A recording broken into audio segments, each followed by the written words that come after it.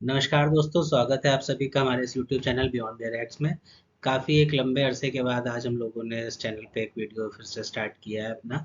UP APO को हम लोग कवर करेंगे और टारगेट करेंगे। वैसे ही 22 मार्च को पेपर है, बहुत ज़्यादा दिन बचे नहीं हैं, 10-15 दिन का टाइम बचा है। तो इसमें हम लोग अब से शॉर्ट सीरीज़ बनाएंगे। जितना भी इम्पोर्टेंट पार्ट है यूपी एपीओ के रेफरेंस में उसको हम लोग कवर करेंगे।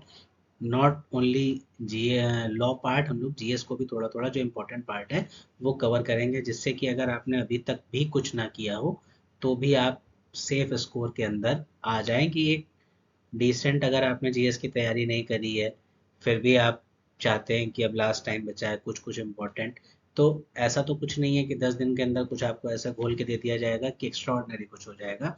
बट प्रीवियस ईयर के बेसिस पे अब तक कहाँ से क्वेश्चन बन रहे हैं वो फिल्टर आउट करना मेरा काम है, एक थीम देना मेरा काम है, बाकी उससे क्वेश्चंस लगाना आपका काम है। क्योंकि मैं आपको बता सकता हूँ कौन कौन सा सेगमेंट इंपॉर्टेंट है जिसे वो आप कवर कीजिए। तो अब लास्ट के 10-15 दिन बचे हैं, वैसे भी क्वेश्चंस लगाने के अलावा कोई और काम करना इस टाइम फिजूल है।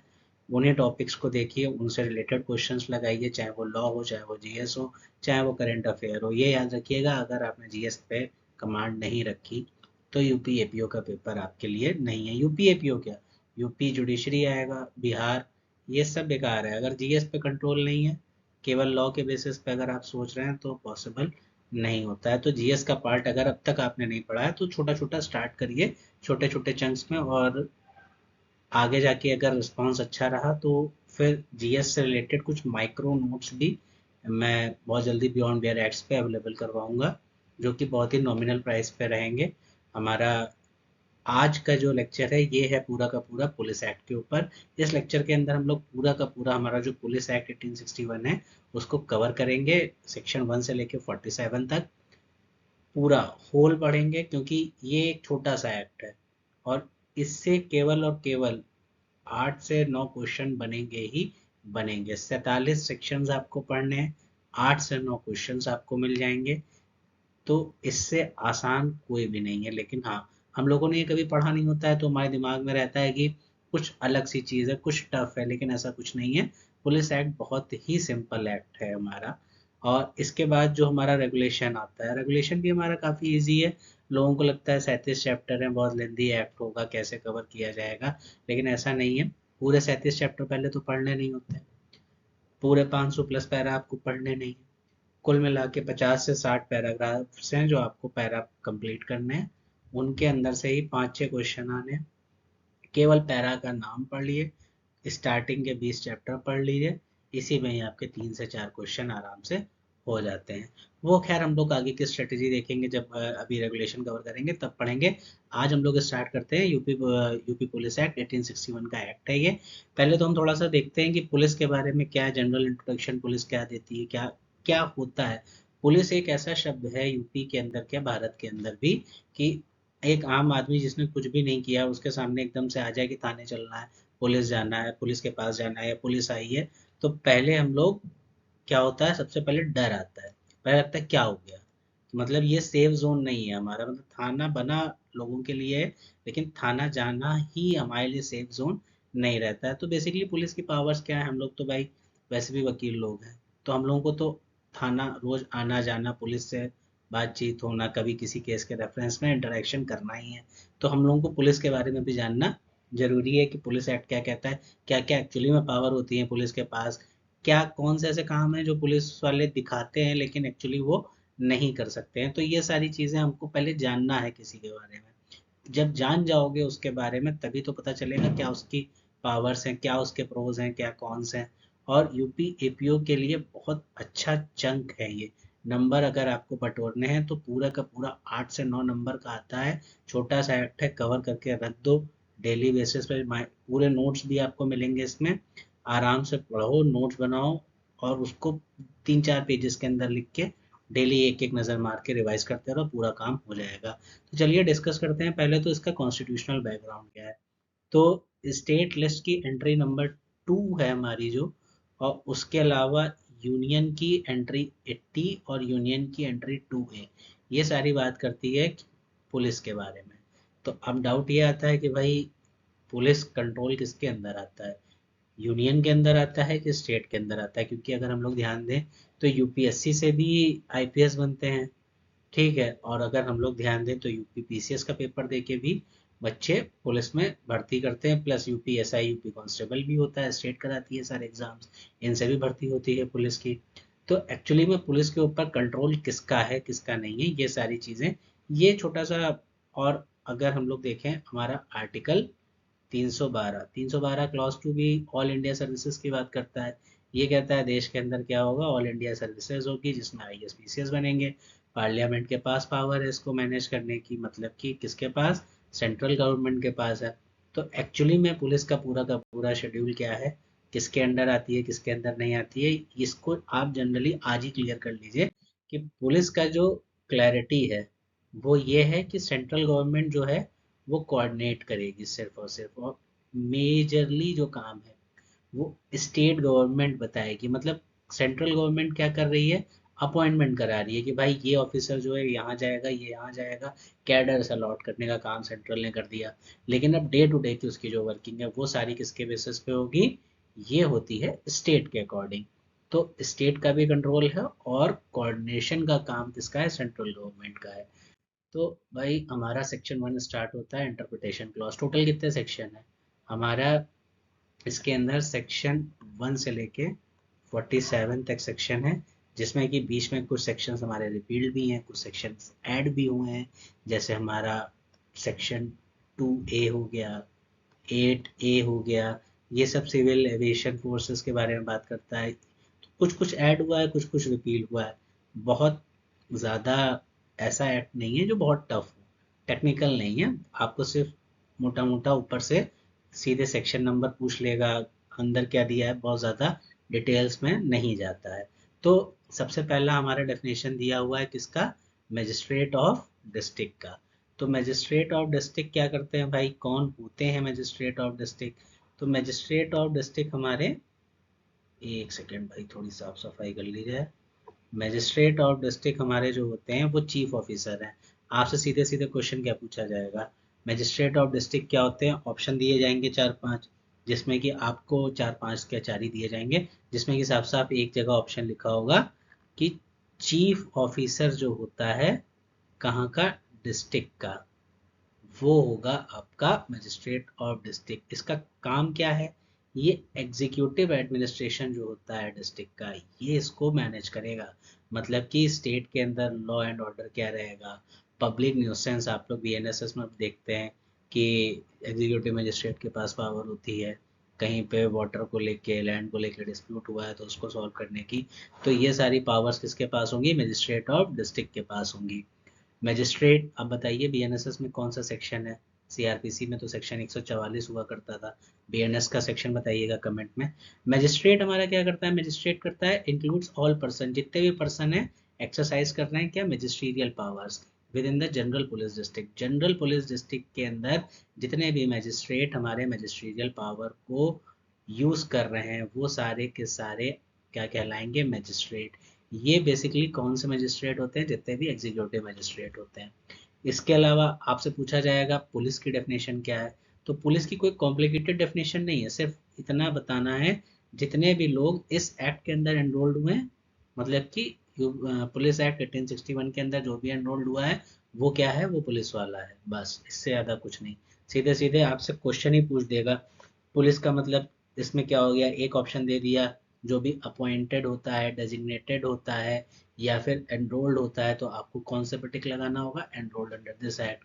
जनरल पुलिस डिस्ट्रिक्ट क्या होती है, जनरल पुलिस डिस्ट्रिक्ट होती है जितने भी, कोई भी प्रेसिडेंसी हो गई, कोई भी स्टेट हो गया या कोई प्लेस या उसका कोई पार्ट जहाँ पे ये पुलिस एक्ट लागू है वो हो गई जनरल पुलिस डिस्ट्रिक्ट। मतलब कि किसी भी एरिया में स्टेट में जहाँ भी ये पुलिस एक्ट आपका लागू है वो हमारा क्या होता है, जनरल पुलिस डिस्ट्रिक्ट। इसमें बहुत ज़्यादा कॉम्प्लिकेशन नहीं है।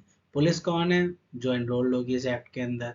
जनरल पुलिस डिस्ट्रिक्ट क्या है, कुछ नहीं, जहाँ भी ये एक्ट लागू है वो पूरा एरिया हो गया कौन सा, जनरल पुलिस डिस्ट्रिक्ट का।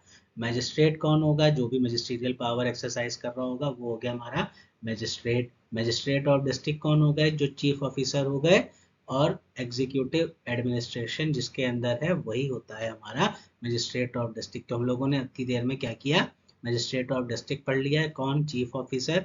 एग्जीक्यूटिव एडमिनिस्ट्रेशन जिसके अंदर है वो होगा। मजिस्ट्रेट कौन होगा? जो एक्सरसाइज कर रहा होगा मजिस्ट्रियल पावर। उसके अलावा हम लोगों ने देखा कि पुलिस कौन है? पुलिस वो है जो एनरोल्ड हुई है under this act. General police district क्या है? पुलिस एक्ट 1861 जहाँ पे भी लागू है वो एरिया जनरल पुलिस डिस्ट्रिक्ट कहलाएगा। अब जो डिस्ट्रिक्ट सुपरिटेंडेंट ऑफ पुलिस, ये सबसे ज़्यादा पावरफुल आदमी है डीजी कम आईजी के बाद इसके under. District superintendent of police, इसको आप लोगों ने बहुत सुना होगा, एसपी साहब आ रहे हैं, तो वो जो सुपरिटेंडेंट ऑफ पुलिस एसपी वही हैं ये। एसपी क्या होते हैं? पहले तो इसमें बताया गया है कि एसपी में आता क्या क्या है। तो इसमें आएंगे additional district superintendent, joint assistant. देखिए, एडिशनल हो गया, असिस्टेंट हो गया, जॉइंट हो गया, ये सारे के सारे शामिल होते हैं किसके अंदर? आपके एसपी के अंदर। और इसके अलावा या कोई और भी व्यक्ति जिसको स्टेट गवर्नमेंट सीधे सीधे कह दे कि भाई तुम भी एसपी के कैडर में आओगे, वो हो जाता है कि स्टेट गवर्नमेंट किसी, सपोज आपसे कल को कह दे स्टेट गवर्नमेंट कि अब वकील साहब आप जो है एसपी के पावर जो है वो परफॉर्म करेंगे, तो अब आप कौन होगा? एसपी होगा। स्टेट गवर्नमेंट ने भैया बोल दिया आपको, तो आप इस डेफिनेशन के अकॉर्डिंग क्या हो गए? एसपी हो गए। लेकिन ऐसा होगा नहीं, इसके लिए आपको तैयारी करनी पड़ेगी, पेपर देना पड़ेगा, निकालना पड़ेगा। ये बस एक एग्जांपल था। तो डिस्ट्रिक्ट सुपरिटेंडेंट ऑफ पुलिस के अंदर कौन आएगा? एडिशनल्स आएंगे, असिस्टेंट आएंगे, जॉइंट डिस्ट्रिक्ट सुपरिटेंडेंट्स आएंगे, और कोई भी पर्सन जो कि स्टेट गवर्नमेंट स्पेशल या फिर जनरली अपॉइंट करेगी। प्रॉपर्टी क्या होती है? बहुत कॉम्प्लिकेटेड डेफिनेशन आ गई भाई, देख रहे होंगे आप लोग, बहुत सारी कॉम्प्लिकेटेड डेफिनेशन है इसके अंदर। अब प्रॉपर्टी क्या होती है भाई? कोई भी मूवेबल प्रॉपर्टी, मनी हो चाहे वैल्यूएबल सिक्योरिटी हो, प्रॉपर्टी के अंतर्गत आएगी। पर्सन क्या होगा? पर्सन के अंदर इसमें साफ साफ बताया है, इंक्लूड करेगा क्या? कंपनी और कॉरपोरेशन भी। तो अगर आपसे पूछ लिया जाए, कंपनी सीधे सीधे पूछ दिया जाएगा person includes company, corporation, A and B both, none of the above, तो आपको क्या लगाना है? ए एंड बी बोथ, दोनों ही आते हैं भाई पर्सन के अंदर। उसके बाद कैटल, ये डेफिनेशन में बहुत इंपॉर्टेंट डेफिनेशन है, एक बार नहीं, लगभग लगभग आप पीवीआईक्यू देखें तो हर बार पूछा जा रहा है। क्या पूछा है पहले तो जान लीजिए क्या क्या है। क्या कैटल के अंदर कौन कौन आएगा? Elephant, pig, goat, sheep, mule, asses, horses, camels, in addition to horn cattle. Horn cattle तो आएंगे ही आएंगे, उसके साथ ये सब भी आएंगे। ये नंबरिंग के साथ रट डालो, elephant, pig, goat, sheep, mule, asses, horses and camels. Question आपसे पूछ देगा कैटल में क्या क्या इंक्लूडेड है, और फिर A B C D, cattle में क्या क्या इंक्लूडेड नहीं है पूछ देगा। तीन तो ये ऑप्शन होंगे। चौथा होगा डॉग। डॉग बड़ा फेवरेट है इनका, क्योंकि पुलिस के साथ हमेशा आपने देखा होगा डॉग रहता है, तो डॉग यहाँ डाल देता है। लेकिन अगर आप ध्यान से देखें तो यहाँ कहीं आपको डॉग दिख रहा है? नहीं दिख रहा है। इसका मतलब है कैटल के अंदर क्या नहीं आता है? डॉग नहीं आएगा। तो इसको एकदम दिमाग में बात एकदम क्लियर रखिएगा। कैटल के अंदर elephant, pig, goat, sheep, mule, asses, horses and camels आएंगे in addition to horn cattle, लेकिन डॉग नहीं आएगा। Subordinate rank of police officer क्या होंगे? Refers to the member of police force below to the rank of deputy superintendent of police. DSP से जितने भी नीचे लोग होंगे वो सब कौन होंगे? सबऑर्डिनेट पुलिस ऑफिसर होंगे। ऑफिसर अबव द डीएसपी वो क्या होते हैं? वो सुपीरियर ऑफिसर होते हैं। तो सबऑर्डिनेट कौन? डीएसपी से नीचे वाले। सपोज ये एक लाइन है, ये है हमारे डीएसपी साहब, इससे ऊपर वाले हैं हमारे सब सुपीरियर, इससे नीचे वाले हैं सब सबऑर्डिनेट। तो ये चीज़ एकदम ध्यान में रखिए। तो हम लोगों ने क्या क्या देखा? मजिस्ट्रेट, दो टाइप के मजिस्ट्रेट देखे हम लोगों ने। दो टाइप के मजिस्ट्रेट में एक मजिस्ट्रेट ऑफ डिस्ट्रिक्ट है, magistrate of district chief officer होंगे, और ये सारी की सारा एग्जीक्यूटिव एडमिनिस्ट्रेशन इन्हीं के हाथ में होगा। उसके बाद देखा हम लोगों ने मजिस्ट्रेट कौन होता है। मजिस्ट्रेट वो इंसान होता है जो कि जनरल पुलिस डिस्ट्रिक्ट में मजिस्ट्रेट की सारी शक्तियों को परफॉर्म कर रहा होगा, उसको हम लोग कहेंगे मजिस्ट्रेट। उसके बाद हम लोगों ने डेफिनेशन देखी पुलिस की। तो पुलिस में वो आएगा जो भी इस एक्ट के अंदर एनरोल हुआ है मतलब भर्ती हुआ है, उसको हम लोग क्या कहेंगे, पुलिस वाला कहेंगे। इसके बाद एक आता है general police district. General police district वो होगा जहाँ पे ये एक्ट लागू होगा। उसके अलावा हम लोगों ने बहुत इंपॉर्टेंट डेफिनेशन पढ़ी थी एक, किसकी थी, डीएसपी की। डीएसपी कौन होगा, डीएसपी कौन होगा ये नहीं बताया, इसमें बताया है डीएसपी किसको इंक्लूड करेगा। तो डीएसपी इंक्लूड किसको करेगा, एडिशनल ज्वाइंट असिस्टेंट, इन तीनों को इंक्लूड करेगा। प्लस अगर स्टेट गवर्नमेंट अगर चाहे तो किसी भी इंसान को जनरल या स्पेशल पावर दे के एसपी की ड्यूटीज देती है, तो वो भी हमारा डीएसपी के अंतर्गत आ जाएगा। उसके बाद हम लोगों ने देखा पैसा क्या होता है, प्रॉपर्टी। पैसा मतलब प्रॉपर्टी, प्रॉपर्टी कोई भी मोबाइल प्रॉपर्टी हो, मनी हो या वैल्यूएबल सिक्योरिटी हो, ये हमारी प्रॉपर्टी होती है। उसके बाद हम लोगों ने देखा कैटल। कैटल क्या है, कैटल में elephant, pig, goat, sheep, mule, asses, horses and camels, इतने लोग आएंगे। उसके साथ साथ हॉर्न कैटल्स भी आएंगे। फिर बता रहा हूँ डॉग नहीं आता है। पर्सन में कंपनी और कॉरपोरेशन हो गया। सब ordinate rank of police officer, DSP से नीचे वाले जितने भी होंगे सब सबऑर्डिनेट होंगे। इसके अलावा यहाँ पे कुछ इंपॉर्टेंट डेफिनेशन मिस हो रही हैं। वो कुछ इंपॉर्टेंट डेफिनेशन जो हैं वो एक बार हम लोग देख लेते हैं। जैसे हम लोगों ने यहाँ पे नहीं लिखा है सिविल एविएशन पर्सनल। तो सिविल एविएशन पर्सनल कौन से होते हैं, ये वैसे भी एक्ट में था नहीं, बाद में ऐड हुआ है। तो जैसे ये वो लोग थे जो यूपी सिविल एविएशन डायरेक्टरेट के अधीन अपॉइंट किए गए हैं। जो भी नॉर्मली इनका काम ये होता है कि जो एयरपोर्ट पे आप लोग पुलिस फोर्स देखते हैं वो सब सिविल एविएशन पर्सोनल वाली होती है। और जब इस एक्ट में ये डाला गया था तो स्पेसिफिकली जो मेंशन किया गया होगा, अगर आप लोग देखें तो लखनऊ एयरपोर्ट की सुरक्षा के लिए जो पुलिस फोर्स अपॉइंट करी जा रही थी उसको हम लोगों ने बोला सिविल एविएशन पर्सोनल।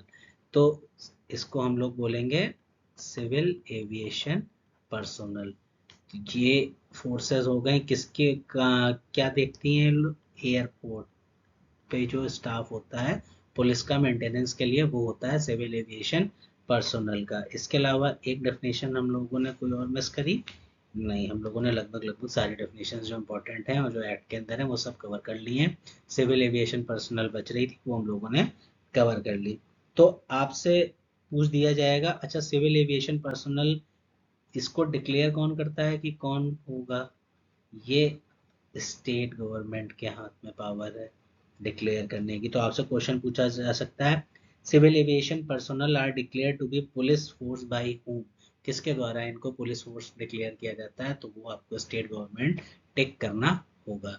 अब हम लोग देखते हैं इसका सेक्शन नंबर 2 के बारे में। सेक्शन नंबर 2 क्या बात करता है, constitution of the force. Constitution of the force मतलब कि जो हमारा पूरा का पूरा पुलिस फोर्स का कॉन्स्टिट्यूशन है वो किसके द्वारा किया जा रहा है, तो पूरा जो एंटायर पुलिस एस्टेब्लिशमेंट है वो हमारा राज्य सरकार के द्वारा हो रहा है।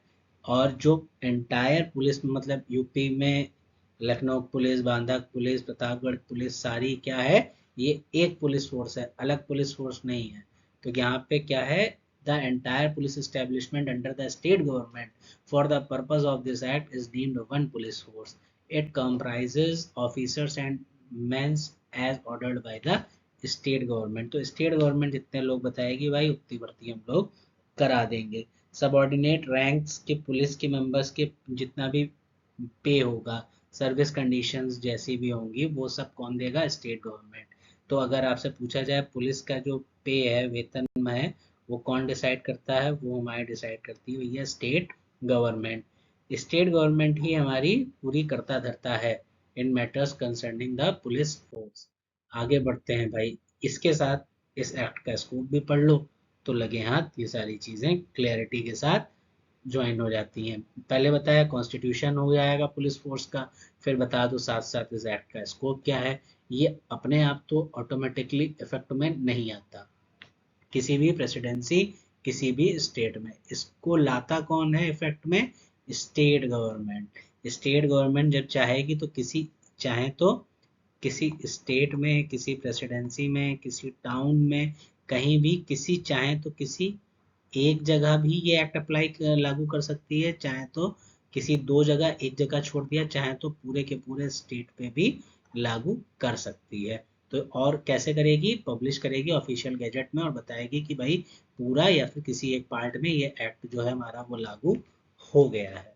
The state government can make rules consistent with the act's provision to regulate procedure, prescribe compensation claims under section 15 and give effect to the act। तो स्टेट गवर्नमेंट क्या बनाती है, रूल्स बनाती है जो कि इसके साथ प्रोसीजर के साथ रेगुलेट करेंगे, वही जो हम लोग रेगुलेशंस में भी देखेंगे। कंपनसेशन हो गया, क्लेम्स हो गया, जो सेक्शन 15 भी हम लोग देखेंगे क्या होता है क्या नहीं। ये सारा कुल मिला के जितना भी पावर है आपको इतना याद रखना है। ये एक्ट कहाँ तक लागू होगा, इसका स्कोप क्या है, ये सारी चीजें स्टेट गवर्नमेंट के हाथ में होता है। एक सेक्शन और है, फॉर्म्स फॉर रिटर्न, तो इसकी भी पावर किसके पास है, the state government prescribe the form of return to be submitted by the IG और अदर पुलिस ऑफिसर्स। तो ये सिस्टम जो है वो कौन चलाएगा, ये बताएगी स्टेट गवर्नमेंट किसको, आईजी या फिर अदर पुलिस ऑफिसर्स को। अब जो सिविल एविएशन पर्सनल हम लोगों ने अभी अभी देखा था उसका डिटेल में बताया गया है 2A और 8A में हम लोगों ने देखा था। तो 2A में क्या बताया गया है ये हम लोग डिस्कस कर लेते हैं। तो 2A में बहुत कुछ ज़्यादा खास नहीं बताई गई है, ये बताया गया है कि सिविल एविएशन पर्सनल जो होंगे वो भी पुलिस फोर्स होगी। और इसको हम लोगों ने अभी देखा था, इसको कौन बताता है कि ये पुलिस फोर्स होगा, ये बताती है हमारी राज्य सरकार। तो सबसे ज़्यादा पावर भी है किसके पास है, राज्य सरकार के पास है। तो स्टेट गवर्नमेंट क्या करती है, सबसे पहले एक नोटिफिकेशन जारी करेगी। वो नोटिफिकेशन जारी करके बताएगी कि पुलिस फोर्स का हिस्सा जो है जिसको वो घोषित कर रही है सिविल एविएशन पर्सोनल। अगर कोई सिविल एविएशन कर्मचारी है तो वो पुलिस बल का सदस्य नहीं बनना चाहता, मतलब वो कहता है कि मैं सिविल एविएशन फोर्स का मेंबर नहीं बनूंगा, तो वो कहता है कि personnel can choose not to join the police force, जो कि नोटिफिकेशन में दिया है। तो वो 30 दिन के अंदर स्पेसिफाइड डे के बता दे, वो उसको भैया शामिल नहीं किया जाएगा, उसको टर्मिनेट किया कर दिया जाएगा उसी दिन से। और जो 3 महीने का वेतन है वो उसको दे दिया जाएगा। साफ सीधी सी बात, मतलब जबरदस्ती नहीं थोपी जा रही है आपको, आपको करना है करो, नहीं करना है ना करो। आपके पास बहुत सारा काम है करने को, आपको पुलिस वाला काम नहीं करना है, एयरपोर्ट पर नहीं खड़े होना, मत बनो। बहुत ज़्यादा सरदर्दी नहीं है, और अगर आप नहीं बन रहे हो तो भी 3 महीने पैसा हम आपको दे देंगे। तो भाई पुलिस फोर्स से सिविल एविएशन पर्सनल में नहीं जाना चाहता, वो नहीं गया, ठीक है, बात खत्म हो गई। 30 दिन का नोटिस आपको देना है, 30 दिन में उसके बाद 3 महीने का वेतन आपको मिल जाएगा। अब इनकी ड्यूटी कहाँ लगती है, ये बहुत इंपॉर्टेंट क्वेश्चन है, पूछ लिया जाता है कई बार। तो मेंटेनेंस जो होगा एयरक्राफ्ट का, एयरपोर्ट सिक्योरिटी का, specifically Lucknow and other designated airports and any other duties assigned by the government. अब इसके अलावा भी जो ड्यूटी गवर्नमेंट असाइन करेगी वहाँ पे आपको भेजा जा सकता है। अब यहाँ से क्वेश्चन क्या बनेगा, यहाँ से क्वेश्चन बनेगा आपसे सीधे सीधे पूछ लेगा कितने दिन का टाइम दिया गया है नोटिस देने के लिए, तो आप बताएंगे 30 दिन का। कितने दिन का वेतन दिया जाता है कंपनसेशन में, भाई कंपनसेशन मिल रहा है ना, तो कंपनसेशन में आपको कितने दिन का टाइम मिलेगा, तो आपको टाइम मिलेगा कंपनसेशन में 3 मंथ का पे मिलेगा। आपकी ड्यूटी कहाँ लग रही है ये पूछा जा सकता है। और जो एक सबसे कठिन क्वेश्चन पूछा जाता है, जो हर एग्जाम के सबसे कठिन क्वेश्चन में से एक है, पूछ लेगा civil aviation personnel to be police force ये कौन से सेक्शन में दिया गया है। फिर लोग बाहर निकल के कहेंगे और कहेंगे पेपर बहुत टफ आया था। अभी इस पढ़ लो। सेक्शन 3 में क्या बताया गया है, superintendence in the state government. State government तो पूरा जो अभी हम लोगों ने देखा जनरल पुलिस डिस्ट्रिक्ट क्या होती है जहाँ पे ये एक्ट लागू होता है। The superintendence of the police throughout the general police district shall be vest and be exercise by the state government. अब तक जो भी देखा है करता धरता स्टेट गवर्नमेंट है। एक चीज समझ में आ जाए, अगर नहीं समझ में आ रहा है तो किसके पास पावर है, जनरल पुलिस डिस्ट्रिक्ट में स्टेट गवर्नमेंट के पास ही पूरा सुपरिटेंडेंस है। अब सुपरिटेंडेंस क्या होगा इसका मतलब भी एक बार समझ लीजिए। अच्छा, स्टेट गवर्नमेंट ये पावर अपनी डेलीगेट कर सकती है, बिल्कुल कर सकती है। वो किसी भी व्यक्ति को, किसी भी अधिकारी को, किसी भी कोर्ट को ये पावर डेलीगेट कर सकती है। अगर कोई आपसे कहे हाँ, तो कह दीजिएगा नहीं भैया, सबसे रिस्पॉन्सिबिलिटी काम है, कल को तो वो किसी पर्सन को दे दिया और यहाँ पुलिस वुलिस पूरा एकदम सुपरिटेंडेंस पूरा स्टेट के ऊपर उन्होंने नजर रखी और देश में स्टेट में क्या हो गए, दंगे भड़क गए। तो ये बहुत जिम्मेदारी का काम है, किसी और को ये पावर डेलीगेट नहीं हो सकती। तो कल को स्टेट गवर्नमेंट कहे कि नहीं, हमारा काम नहीं है, थोड़ा आज आलस सा लग रहा है, तो मजिस्ट्रेट साहब आप जरा देख लो, तो ये पॉसिबल नहीं है। अच्छा, सुपरिटेंडेंस का मतलब क्या है? The term superintendence generally includes power to issue direction, policy में गाइडलाइन, ऐसे काम कर लो, ये कर लो। एडमिनिस्ट्रेटिव सुपरविजन जो होगा पुलिस के ऊपर, इंश्योर करना पुलिस परफॉर्म करे अपनी पूरी ड्यूटीज प्रॉपरली। इसमें साफ साफ पूछ लिया जाएगा आपसे, एक क्वेश्चन यहाँ से ये बनेगा, सुपरिटेंडेंस और कंट्रोल की जो पावर है वो किसके पास होती है? वो है हमारी स्टेट गवर्नमेंट के पास। कोई राज्य सरकार ये पावर किसी और को डेलीगेट कर सकती है? तो आपको बताना है नहीं। कोई कह नहीं कर तो सकती है, तो कहना भाई तुम मार्क कराओ, निगेटिव मार्किंग है, मैं तो नहीं ही करूँगा। तो आप नेगेटिव से भी बचिए और सही से पढ़ के जाइए। सेक्शन 4 बहुत इंपॉर्टेंट, पुलिस एक्ट आ रहा है, यूपी में आ रहा है, 1861 वाला आ रहा है। सेक्शन 4 से एक भी क्वेश्चन ना आए, ये पॉसिबल ही नहीं है। और इसमें बहुत बेहतरीन सा क्वेश्चन है, बहुत ज़्यादा कॉम्प्लिकेट करने वाला सेक्शन ही नहीं है ये। इसमें सिर्फ आपको दो चीज़ें याद करनी है। जो डायरेक्ट एडमिनिस्ट्रेशन होगा जिले का, वो डिस्ट्रिक्ट सुपरिटेंडेंस ऑफ पुलिस के पास होगा, डीएसपी के पास। इसके अलावा जो जनरल कंट्रोल होगा वो किसके पास होगा? डीएम के पास होगा। इंस्पेक्टर जनरल ऑफ पुलिस, अच्छा, इंस्पेक्टर जनरल ऑफ पुलिस जो हैं हमारे, इन्हीं को हम बोलते हैं, अब कहाँ गया भाई, director general cum inspector general. तो आप अगर देखेंगे, अगर आपकी बेयर एक्ट में इंस्पेक्टर जनरल लिखा है, डायरेक्टर कम इंस्पेक्टर जनरल नहीं लिखा है, तो परेशान मत होइए, अमेंडमेंट हो चुका है। कई बेयर एक्ट्स में नहीं छपा है, लेकिन इससे रिलेटेड भी आपको एक चीज़ ध्यान रखनी है। तो भाई इससे रिलेटेड है हमारा पैरा 1, जो यही बात बताता है कि director general cum inspector general भी भाई आईजी ही है। तो चाहे आईजी लिखो चाहे डीजीपी लिखो, सब मतलब बात बराबर है, एक ही इंसान है। तो administration of police throughout a general police district state is vested in inspector general of police. The state government में ऑल्सो अपॉइंट, स्टेट गवर्नमेंट क्या क्या अपॉइंट कर सकती है? साफ साफ बता दिया, पूरे राज्य का एडमिनिस्ट्रेशन किसके पास होगा? Director general cum inspector general के पास। अब इसके अंदर द स्टेट गवर्नमेंट में also appoint deputy inspector general को, असिस्टेंट पुलिस जनरल को भी असिस्ट करने के लिए अपॉइंट किया जा सकता है। यहाँ पे बात हुई किसकी? पूरे के पूरे राज्य की बात हुई। अब डिस्ट्रिक्ट लेवल पे बात करते हैं। लोग लोकल जुरिडिक्शन जो है किसी भी एक जिले में, वो किसके पास रहेगा? लोकल जुरिडिक्शन जो है एक जिले में पुलिस फोर्स का डायरेक्ट एडमिनिस्ट्रेशन जो है वो आपका एसपी के पास रहेगा, जिसमें कि एडिशनल जॉइंट असिस्टेंट एसपी भी आएंगे। उसके अलावा, हाँ, एक सेकेंड,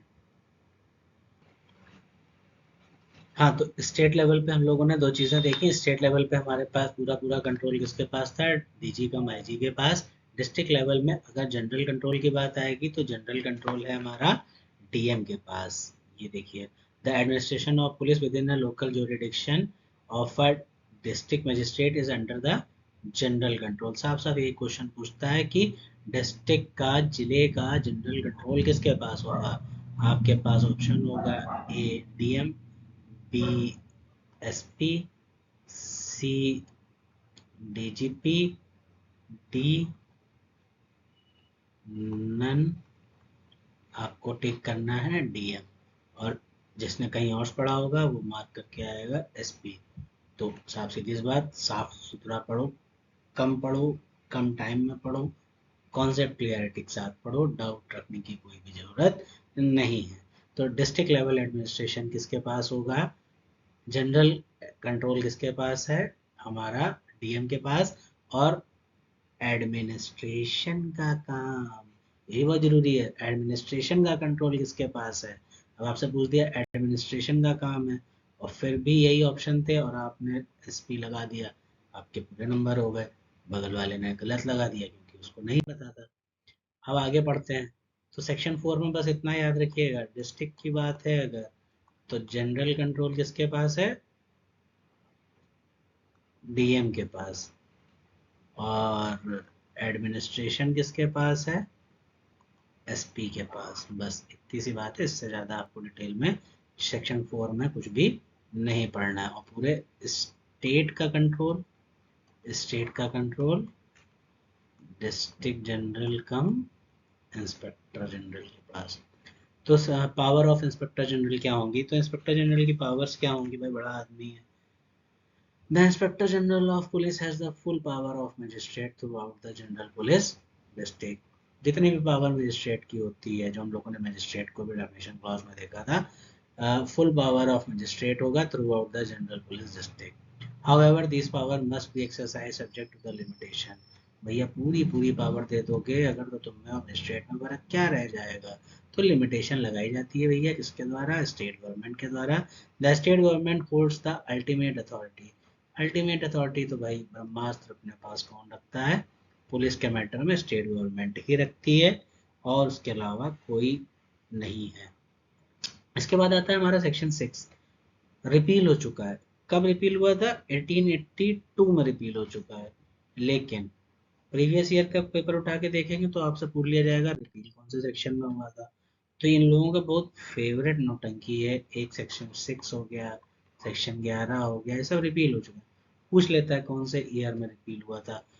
इतने बदतमीज लोग हैं, इनके पास और क्वेश्चन ही नहीं है। कहते हैं बच्चा बहुत कठिन पढ़ाई कर रहा है तो ये पूछ लेते हैं।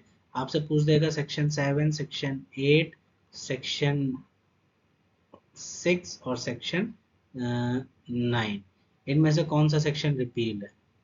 इस टाइप के तो क्वेश्चन पूछते हैं। फिर लोग कहते हैं पेपर बहुत टफ था।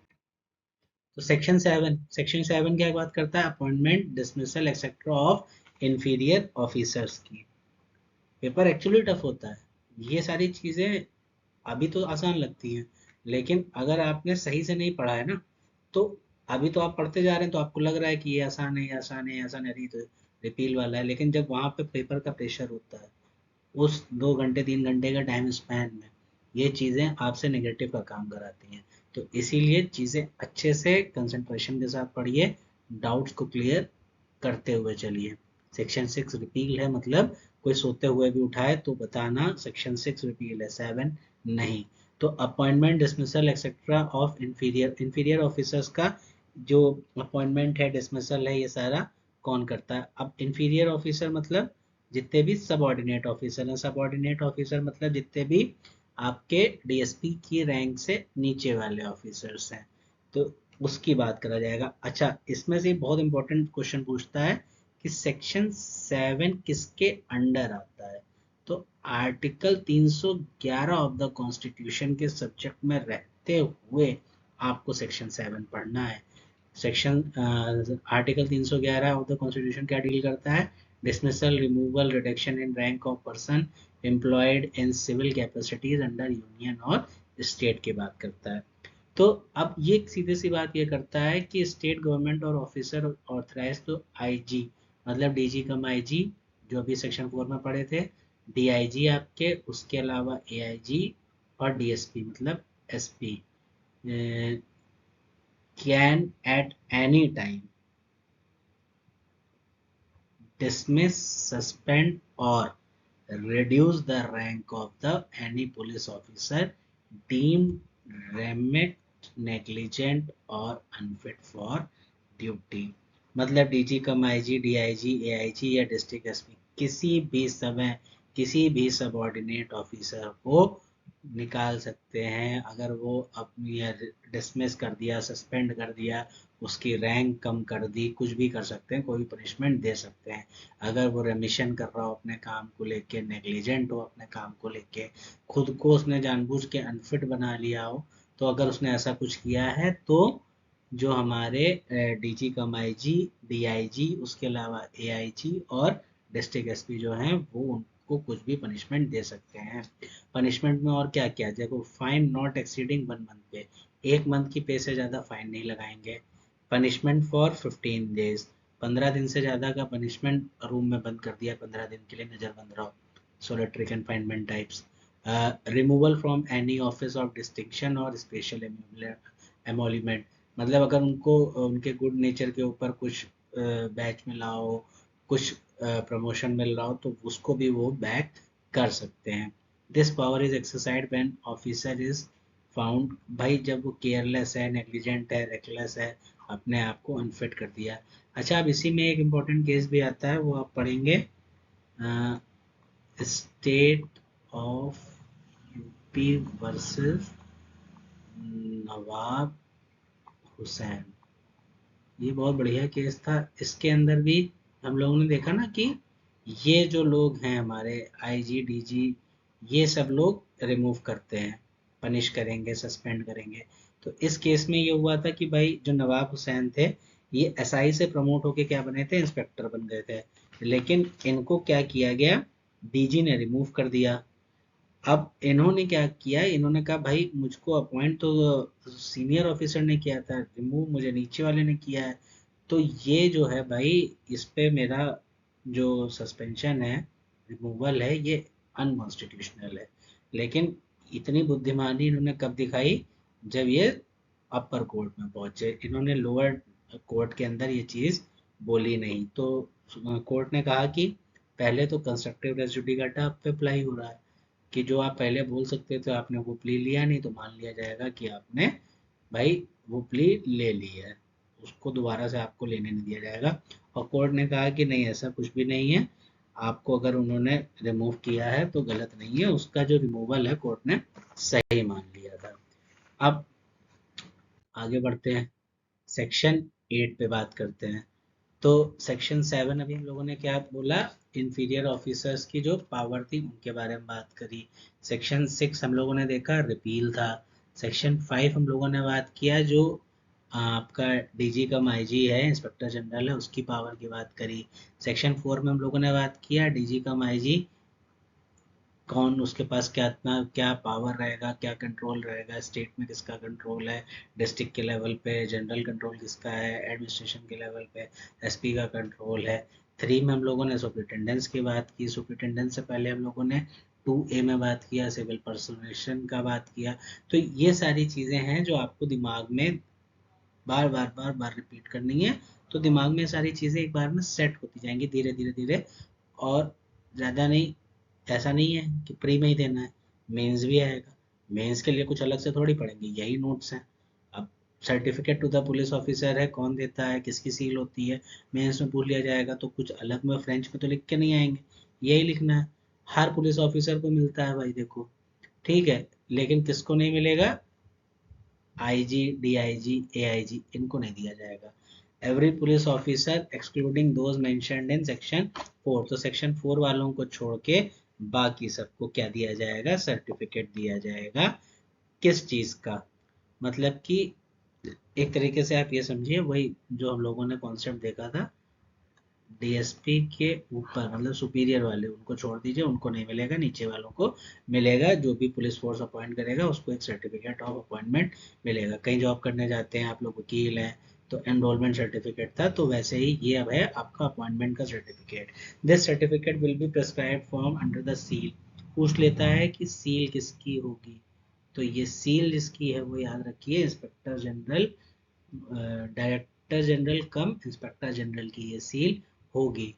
या फिर डीजी कम आईजी जिसको भी ऑथराइज करे ये सील उसकी हो सकती है। Position of this certificate vest the holder with the power function and privileges of a police officer. जिसके पास ये है उसके पास पुलिस की पावर, फंक्शन, प्रिविलेजेस अपॉन अपने आप मिल जाएंगे। जैसे ही उसको नौकरी से निकाला जाएगा तो उसको सबसे पहले क्या करना है, ये सर्टिफिकेट ला के भैया वापस कर देना है। इसके अलावा अ police officer who is suspended, जो पुलिस ऑफिसर सस्पेंड हुआ है, उस पुलिस ऑफिसर को रिक्वायर्ड नहीं है अपना सर्टिफिकेट सरेंडर करने की, क्योंकि निकाला नहीं गया है भाई, सस्पेंड किया गया है। सस्पेंड किए जाने में आप पुलिस वाले स्टिल हो, मतलब आपके ऊपर पुलिस का ही अभी, आप उस तबके के अंदर आते हो, आप अलग नहीं हो गए हो। तो इसलिए आपको सर्टिफिकेट डिलीवर वापस से सबमिट नहीं करना है, सर्टिफिकेट आपका रहेगा। सस्पेंशन खत्म हो जाएगा तो भी आप पुलिस वाले ही रहोगे। During suspension the officer's power functions and privileges are suspended but they remain subject to the same responsibilities. भैया पावर फंक्शन प्रिविलेजेस सस्पेंड हुआ है, लेकिन आप अभी आपके ऊपर ऑब्लिगेशन है, same responsibilities, discipline and penalties as if not suspended. जैसे अगर आप सस्पेंड नहीं थे वो सेम रिस्पॉन्सिबिलिटीज अभी आपके ऊपर हैं। ऐसा नहीं है कि सस्पेंड होगा। जय श्री राम। भाई enrolment of civil aviation personnel हम लोगों ने अभी देखा था डेफिनेशन क्लॉज में सिविल एविएशन पर्सोनल क्या होता है। उसके बाद 2A में देखा था कि पुलिस फोर्स वालों को स्टेट गवर्नमेंट चाहे तो सिविल एविएशन पर्सोनल में भेजती है। 30 दिन का टाइम होता है। आप नोटिस देके बता सकते हो नहीं काम करना है, आपको 3 महीने का वेतन देके जय श्री राम बाहर भेज दिया जाएगा, बात खत्म हो जाएगी। When the police UP amendment act 2001 started, all civil aviation staff become the part of the police force. तो जैसे ही ये अमेंडमेंट आया तो जितना भी सिविल एविएशन स्टाफ हुआ करता था वो सारा का सारा पुलिस फोर्स का पार्ट हो गया। अब जब सिविल एविएशन वाले पुलिस का पार्ट हो गए तो जैसे सेक्शन 8 में हम लोगों ने देखा था पुलिस वालों को सर्टिफिकेट मिलेगा, तो पुलिस वालों के साथ साथ अब जब सिविल एविएशन वाले भी पुलिस का पार्ट हो गए तो इनको भी सर्टिफिकेट दिया जाएगा। तो when these staff members are appointed they must receive an official certificate. This certificate must be stamped with the official seal. अब वहां पे सील किसकी थी? आईजी, डीजी कम आईजी की। और डीजी कम आईजी का पैरा क्या है? पैरा 1 यूपी रेगुलेशन में, ये हम लोगों ने अभी देखा था। तो चीजें रिकॉल करते रहिए। अब यहाँ पे सील किसकी होगी? तो director general of civil aviation, जो सिविल एविएशन के डायरेक्टर जनरल होंगे उनकी, या फिर कोई और ऑफिसर जो उनके द्वारा नहीं, स्टेट गवर्नमेंट के द्वारा अपॉइंट किया जाएगा उसकी। अब सेक्शन 8 में जैसे आपसे सवाल पूछ लेगा कि सर्टिफिकेट जो है वो किस टाइम दिया जाएगा, तो आपको बताना है अपॉइंटमेंट के टाइम पे। सील पूछ लिया जाएगा किसकी होगी, तो जैसे यहाँ पे हम लोगों ने देखा director general of civil aviation, तो वहां पे हमारे पास था DG cum IG. Next section 9। Section 9 police officer not to resign without the leave और 2 मंथ नोटिस। पुलिस ऑफिसर के पास पावर नहीं है भाई, जब उनका मन किया उठा लिया बस्ता और चल दिए। भैया ऐसे वो अपना लीव भी नहीं ले सकते हैं, 2 महीने का नोटिस देना पड़ेगा। No police officer can withdraw from duty or resign their office without the express permission of the district superintendent, मतलब एसपी की एक्सप्रेस परमिशन के बिना, और या फिर उसके द्वारा जो भी ऑथराइज किया गया हो उसकी परमिशन, और without giving at least 2 month written notice, मतलब कि कुल मिला के 2 महीने का नोटिस दो, उसके बाद यहाँ से निकल लो। और या फिर एसपी को आप एक्सप्रेस परमिशन लेके आइए कि आप रिजाइन कर रहे हैं या आपको छुट्टी जाना है। तो कुल मिला के अपने मन मर्जी से कुछ भी नहीं हो सकता। और ये जो 2 मंथ का नोटिस होगा ये भी रिटर्न में होना चाहिए, ये नहीं कि आपने ओरली कुछ बोल दिया था। सेक्शन 10 आपका क्या बात करता है? Police officers not to engage in other employment.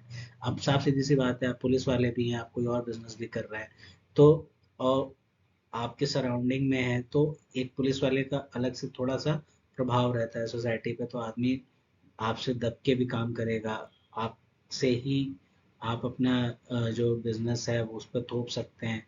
कहीं और से पावर रहे आ रही होगी तो आपकी कुछ अलग लाइबिलिटीज भी होंगी। आप अपना काम जो है वो सही सही से कर पाएंगे। और वैसे भी ये जो पुलिस ऑफिसर की ड्यूटी होती है ये 24 आवर्स की छुट्टी होती है, काम होता है। यहाँ पे कोई भी 1 मिनट का भी आराम नहीं होता है। Police officer always on duty. अभी हम लोग आगे देखेंगे ये सारी चीजें। तो पुलिस ऑफिसर को अलाउड नहीं है to engage in any other employment और ऑफिस, लेकिन फिर भी अगर करना चाहता है तो क्या करेगा? डीजी कम आईजी की परमिशन रिटर्न में लेके आए, जब वो बोल दें तब वो काम किया जा सकता है। सेक्शन 11 हमारा हम लोगों ने पहले डिस्कस किया था, बहुत इंपॉर्टेंट सेक्शन 1882 में रेट हुआ था। ये आईक्यू में कई बार आप देखेंगे पूछ चुका है। सेक्शन 12 हमारा बात करता है power of inspector general to make rules. तो रूल्स बनाने के लिए पावर्स क्या क्या है इंस्पेक्टर जनरल की, ये हमें बताया गया है सेक्शन 12 में। तो डीजी कम आईजी जो है पुलिस फोर्स के, देखिए ऑर्गेनाइजेशन के लिए क्लासिफिकेशन क्या होगा, डिस्ट्रीब्यूशन क्या होगा पुलिस फोर्स का, ये सारी चीजें कौन बनाएगा? रूल्स बनाएगा हमारा डीजी कम आईजी।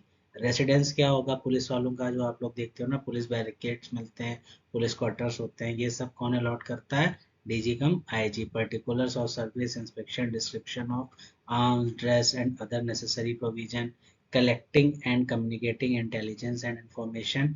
इसको एक बार पढ़ लीजिएगा, बेसिक्स है preventing abuse of police powers and ensuring effective functioning.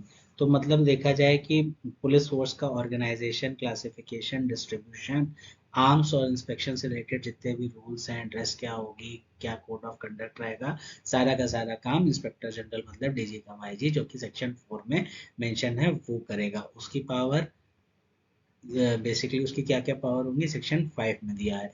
Rules के रिगार्डिंग जो पावर्स है वो सेक्शन 12 में दे रखी है। नेक्स्ट हमारा सेक्शन 13 आ जाता है। तो 13, 14, 15 एक सेट के सेक्शन है, काफी इम्पोर्टेंट सेक्शन है। तो अगर आपसे क्वेश्चन पूछा जाए under which section the DG cum IG can make rules for police establishment, तो इसका जवाब मुझे कमेंट बॉक्स में दीजिएगा और कमेंट बॉक्स में भी जवाब देते रहिएगा। ये सारे जवाब देखेंगे, अगर रिस्पॉन्स अच्छा रहा तो फिर इस सीरीज को आगे भी कंटिन्यू करेंगे। यूपीएपी में वैसे भी 10-15 दिन है, तो माइक्रो नोट्स और माइक्रो लेक्चर्स ही इसको अपलोड करेंगे, जिससे आपकी तैयारी को जो लास्ट वाला एज चाहिए होता है उसमें बहुत मदद मिलेगी आपको।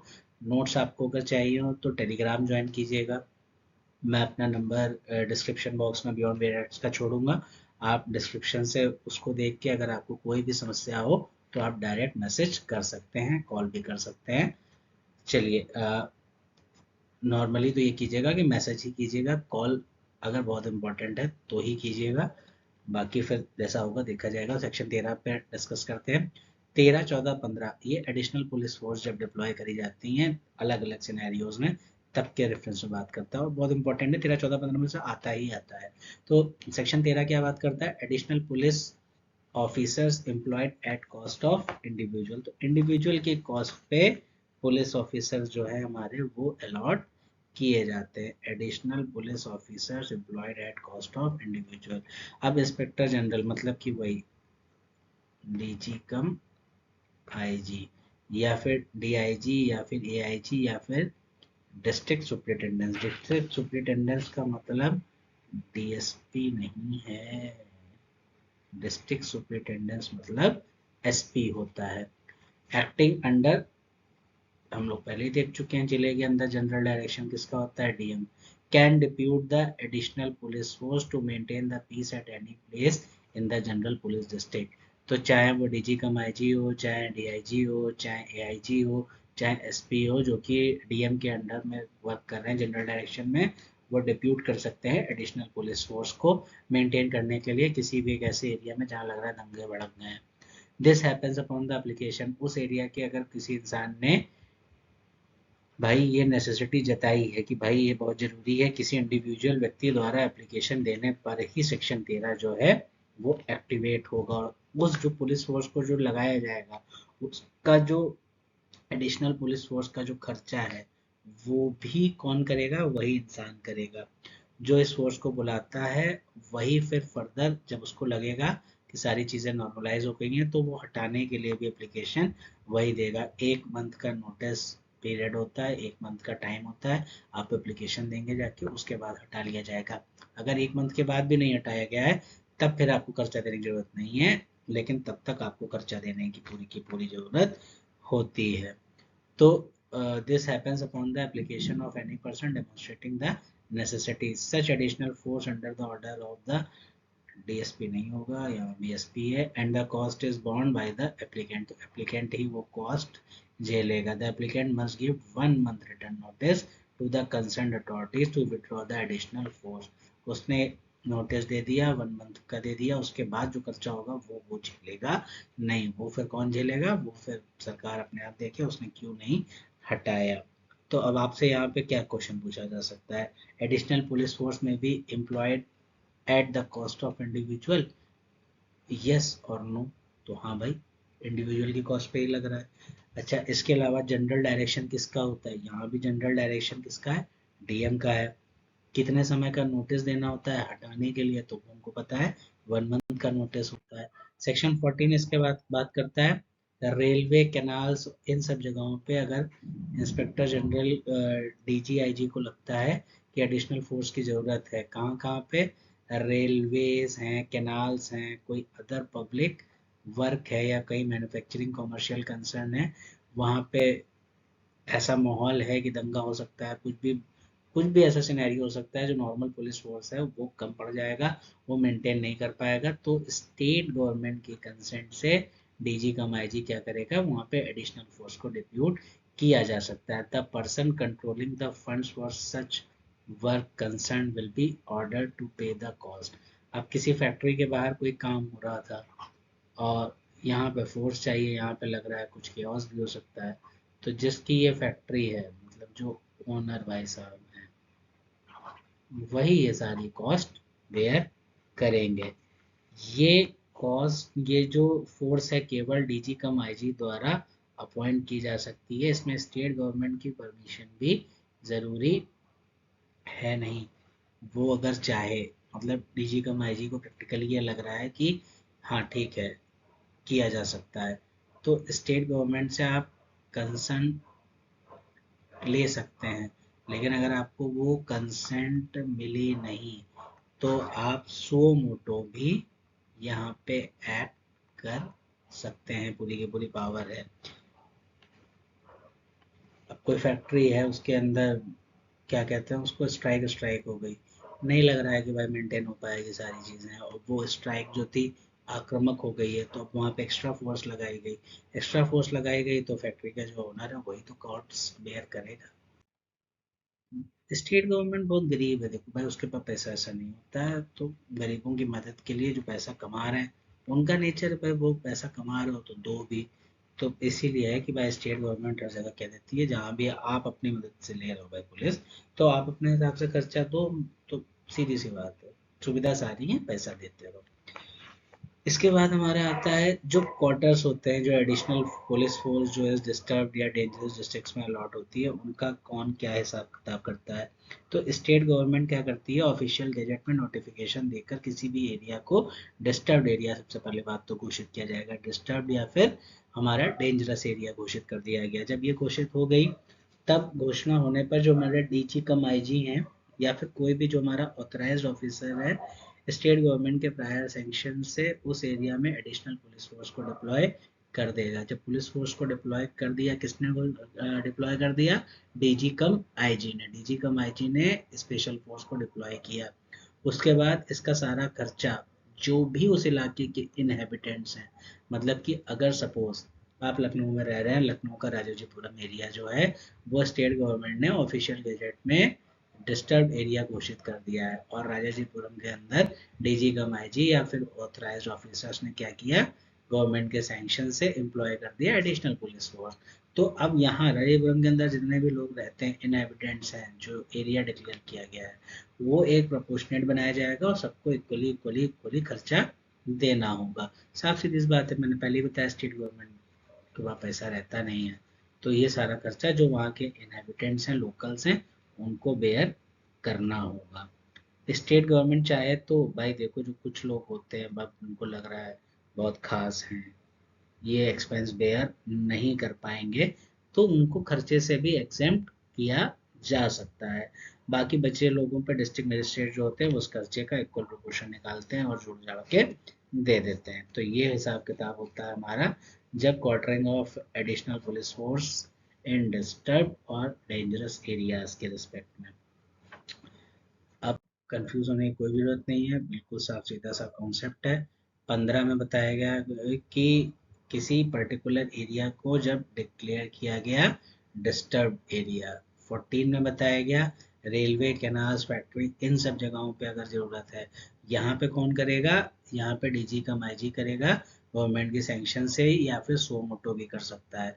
13 में क्या बताया गया, 13 में बताया गया कोई भी अगर दंगा भड़क रहा है, किसी भी एक वहाँ पे किसी व्यक्ति विशेष को लग रहा है कि यहाँ पे एक्स्ट्रा फोर्स चाहिए, तो उसके खर्चे पे फोर्स लगाई जा सकती है।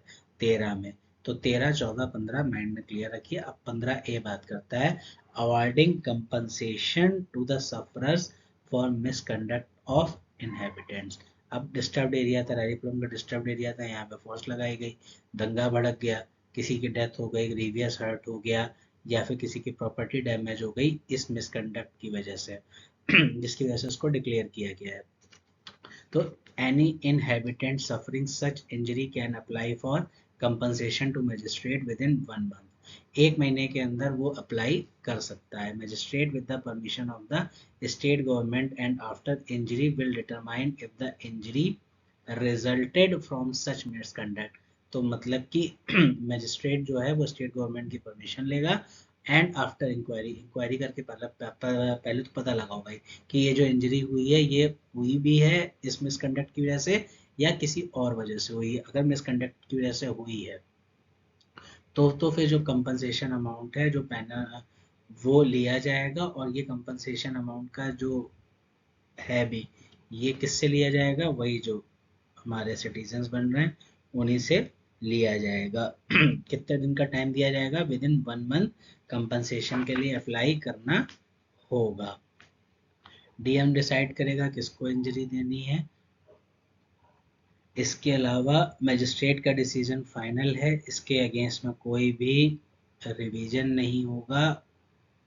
सॉरी, ये डिसीजन फाइनल है, इसके अगेंस्ट में केवल और केवल रिवीजन हो सकता है। रिवीजन के लिए भी किसके पास जा सकते हैं, कमिश्नर के पास जा सकते हैं या फिर स्टेट गवर्नमेंट के पास जा सकते हैं। अदरवाइज ये डिसीजन हमारा फाइनल होगा, इसके खिलाफ कोई भी सिविल सूट नहीं होगा। हाँ तो देखिए, compensation will be awarded if the injury resulted from a riot or unlawful assembly and the injured person was not to be blame. पता चले आप खुद ही उसी अनलॉफुल असेंबली का हिस्सा थे, 4 घर फूक के आए थे पीछे, इधर आपका ही फूक दिया गया, तो भाई तब नहीं, तब क्योंकि आप सेल्फ इन्वाइटेड हो, आपने खुद से गलती करी है और अनलॉफुल असेंबली का पार्ट आप बने हो। तो अच्छा ही बताइए, अनलॉफुल असेंबली कौन से सेक्शन में है, ये दिया हुआ है बीएनएस के 189 में। और अच्छा ये बताइए कि अगर आप खुद ही अनलॉफुल असेंबली का हिस्सा बनते हैं तो फिर आप जनरल एक्सेप्शन और उसकी वजह से कोई डकैत की गैंग का मेंबर बने हैं आप, तो आपको जनरल एक्सेप्शंस में एक्सेप्शन नहीं दिया जाता। ये डकैत वाले का सेक्शन नंबर क्या है, कमेंट में बताइएगा। The state government can exempt certain persons or classes for paying compensation. Compensation देने से भी, जैसे पहले हम लोग देखा था, कुछ लोगों को खर्चा देने से रोक रहा था, वैसे स्टेट गवर्नमेंट कुछ लोगों को एग्जाम कर सकता है। यहाँ भी the magistrate declaration assessment can be challenge by, जो हम लोगों ने देखा, revision of the commissioner of the division या फिर स्टेट गवर्नमेंट बस, वरना ये डिसीजन फाइनल होगा। No civil suit is maintainable if compensation is already been awarded. एक बार कंपनसेशन दे दिया गया फिर आपको सिविल सूट के लिए जाने की कोई जरूरत नहीं है। तो डिस्टर्ब एरिया कौन से सेक्शन में घोषित किया जाएगा, सेक्शन 15 में। रेलवे के लिए पुलिस के एडिशनल कहाँ लगाया जाएगा, 14 में। किसी भी इनहेबिटेंट के कहने पे एक्स्ट्रा फोर्स कब लगाई जाएगी, सेक्शन 13 में। सेक्शन 16 क्या बात करता है, recovery of monies payable under section 13, 14, 15 and 15A and disposal of the same. वसूली की बात कर रहा है, रिकवरी मजिस्ट्रेट के द्वारा कराई जाएगी। ये सेक्शन आपको याद रखने पड़ेंगे क्योंकि यहाँ पे आपको बीएनएसएस के सेक्शन नहीं, सीआरपीसी में यही सेक्शन दिए हुए हैं, तो ये वाली सीधी सी बात है, आपसे पूछेगा भी नहीं, कॉन्ट्राडिक्टरी कर जाएगा। पुलिस एक्ट में अपडेट किया नहीं है तो हमारी गलती नहीं है ना, आपकी गलती है। कंट्राडिक्शन होगा, खुद ही क्वेश्चन देगा, खुद ही बच जाएगा, इसलिए ये वाले सेक्शन आपसे नहीं पूछेगा। अब देखिए यहाँ पे मेंशन तो अभी तक 1882 वाला भी सीआरपीसी है, यहाँ 1973 वाला भी हट चुका है। तो फिलहाल जितना भी all money recovered will be paid by the magistrate to the person entitled to the compensation. 13, 14, 15, 15A में जितना भी मनी पेबल होगा वो रिकवर किया जाएगा डीएम के द्वारा और उसको बांट दिया जाएगा, जैसे फाइन की रिकवरी करी जाती है 421, 422 सीआरपीसी में। Section 17 appointment of special police officers. Special police officer 17-18 भी काफी इंपॉर्टेंट है। इफ एन इंस्पेक्टर और higher ranking police officer believe that कोई भी अनलॉफुल असेंबली राइट या फिर कोई भी किसी भी तरीके का डिस्टरबेंस होने वाला है, उसकी आशंका है, और वहाँ पे ऑर्डिनरी पुलिस फोर्स जो है वो शांति बनाए रखने में कैपेबल नहीं है, तब ये सेक्शन लागू होता है। और ऐसी स्थिति में क्या किया जाएगा, कोई भी पुलिस अधिकारी जो कि इंस्पेक्टर की रैंक से ऊपर का हो, या फिर वो क्या करेगा, जो भी उसका नियरेस्ट मजिस्ट्रेट होगा उसको सावधान करेगा, भाई देखो सावधान, यहाँ पे दंगा होने वाला है, अप्लाई करेंगे नियरेस्ट मजिस्ट्रेट के पास to appoint inhabitants of the neighbourhood as a special police officer. और कहेंगे कि भाई जो भी इनहेबिटेंट्स हैं यहाँ पे लोकली नेबरहुड के सिविल सिटीजन्स की बात हो रही है, उनको क्या बना दिया जाए, स्पेशल पुलिस ऑफिसर बना दिया जाए किसी एक स्पेसिफाइड टाइम और लिमिट के अंतर्गत। The magistrate unless there are country, जब तक इस बात के अगेंस्ट कोई बहुत बड़ा रीजन नहीं है तब तक मजिस्ट्रेट बांधने के लिए बात बाउंड रहेगा। ये नहीं कि मजिस्ट्रेट बांधने ना ये बात। जैसे ही किसी भी इंस्पेक्टर या उसके ऊपर के रैंक के पुलिस ऑफिसर ने बोला मजिस्ट्रेट को कि यहाँ दंगे होने वाले हैं और दिख रहा है कि यहाँ दंगे होने वाले हैं, तो मजिस्ट्रेट जो है वो बाउंड होगा अपॉइंट करने के लिए इनहेबिटेंट्स को as a special police force. अब 18 में क्या बात करी गई है, powers of special police officers. तो इनको जो है भाई सेम पावर, प्रिविलेजेस और प्रोटेक्शन दिया जाएगा to perform the same duties and penalties and subordinate to the same authorities. मतलब ऑर्डिनरी पुलिस ऑफिसर्स की तरह ही इनको पावर दे दी जाएंगी। अब अगर ये पावर परफॉर्म नहीं करते हैं तो लाइबिलिटी भी इनके ऊपर बनाई जाती है। ऐसा नहीं है कि आपको एकदम बैठे बैठाए पुलिस ऑफिसर बन गए, आप चाहें तो आपके ऊपर एक लाइबिलिटी भी आती है। वो लाइबिलिटी क्या है, refusal to serve as special police officer.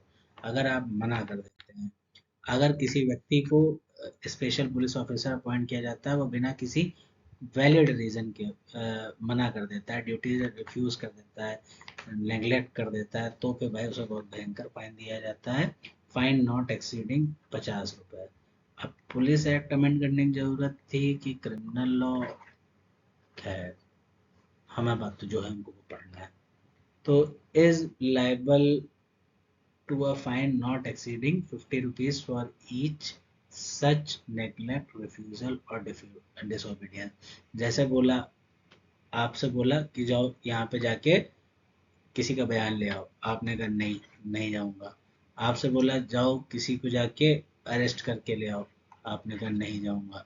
आपने दो बातें रिफ्यूज कर दी, मतलब कि बैठे बैठे आपने 50 + 50 100 रुपये फाइन अपने ऊपर ले लिया। अब मजे कीजिए, ऐसे आप जितनी बार मना करते रहेंगे, हर एक उसके लिए 50 रुपये तक का फाइन आप पे लगाया जा सकता है।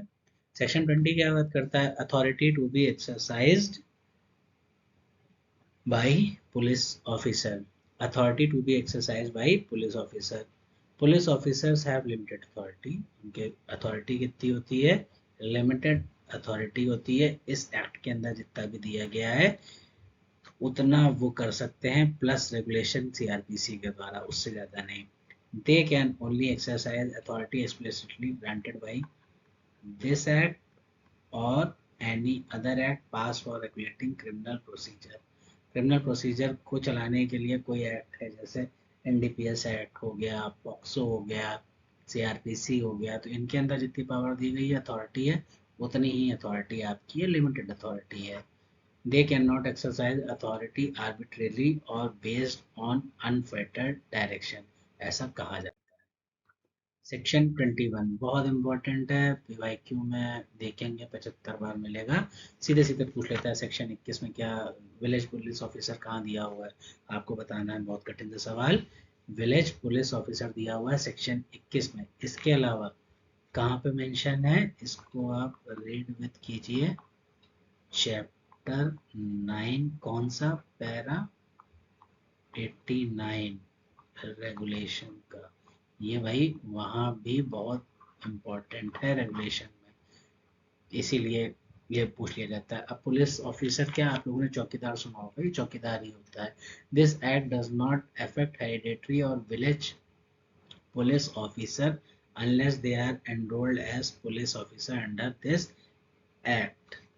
ये एक्ट वैसे तो लागू नहीं होता किस पे, विलेज पुलिस ऑफिसर जैसे चौकीदार पे, लेकिन अगर उन्हें इस एक्ट के अंदर पुलिस अधिकारी के रूप में फॉर्मली एनरोल कर लिया गया है, उनको सर्टिफिकेट वर्टिफिकेट मिल गया है सेक्शन 8 के अंदर, तो ये एक्ट उन पर लागू होगा। उनकी सहमति के बिना उन्हें जबरदस्ती एनरोल नहीं किया जाएगा। केवल और केवल सेक्शन 21 यही दो चीज़ें बताता है कि वैसे तो विलेज पुलिस ऑफिसर पे अप्लाई नहीं, बट अगर एनरोलमेंट हो गया है तो अप्लाई होगा।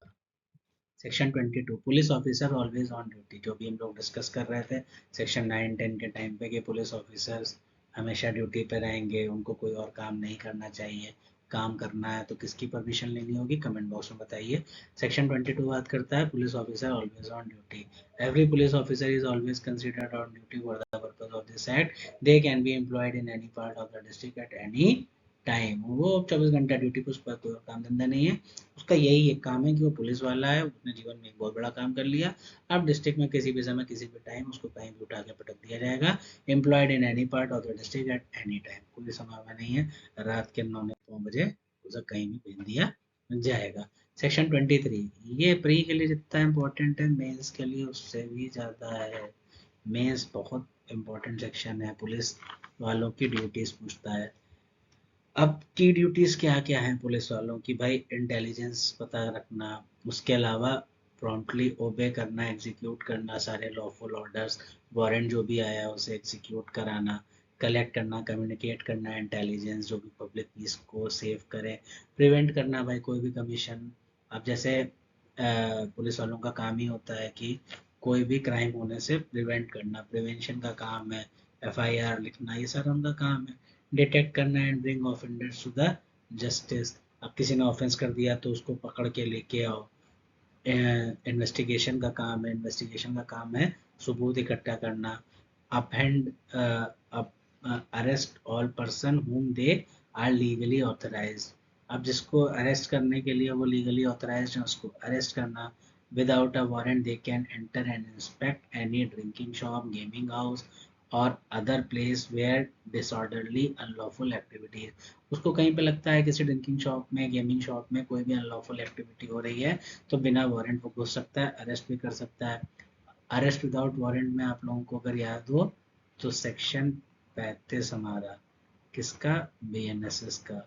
इसके अलावा अरेस्ट कहाँ कहाँ है, section 40 private person, section 41 magistrate और नॉन कॉग्निजेबल में सेक्शन 39।